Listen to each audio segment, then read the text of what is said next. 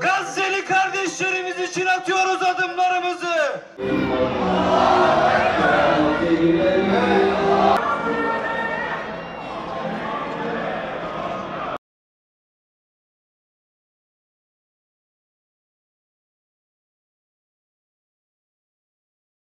Bizleri evlerinden selamlıyorlar.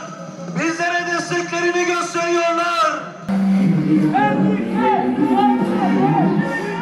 Durduramaz hiçbir kimse, Allah yardımcı bize.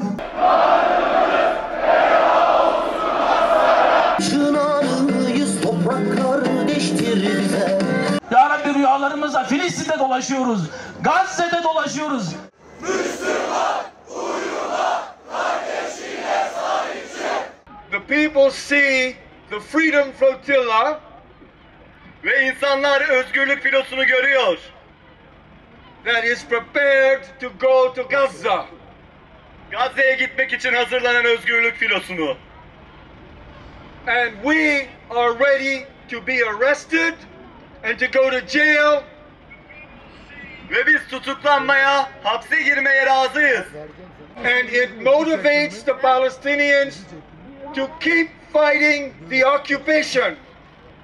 Ve sizin emekleriniz Filistinlileri işgale karşı direnmeye motive ediyor. Down with occupation, up with liberation.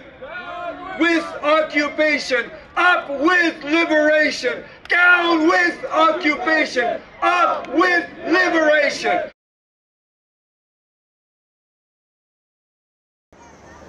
Buradan dünyanın farklı ülkelerinde, başkentlerinde, üniversitelerinde zulme baş kaldıran, ses çıkaran, hangi dilden, hangi mezhepten, hangi ırktan olursa olsun, yüreğinde merhamet olan, vicdan taşıyan bütün onurlu insanlara, haysiyetli insanlara selam olsun.